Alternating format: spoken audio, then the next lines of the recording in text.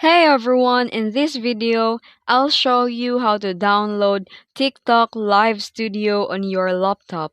Quick and easy. Let's get started. First, open your browser and type TikTok Live Studio download.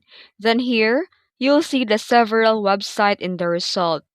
Click the first website that appears on the list, and once you're on the page, look for the button that says Download for Windows and go ahead and click it.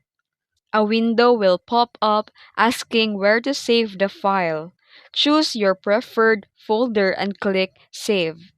Wait for a few minutes for the download to complete, and once finished, go to the folder where the file was saved. You'll see the TikTok Live Studio installer. Click to open it, then go back to the browser and click Get Access button. Next, click Install Now and the installation process will begin. And after installation, TikTok Live Studio is ready to use. And that's it. If this video helped you, don't forget to like and subscribe for more tutorials. Thanks for watching.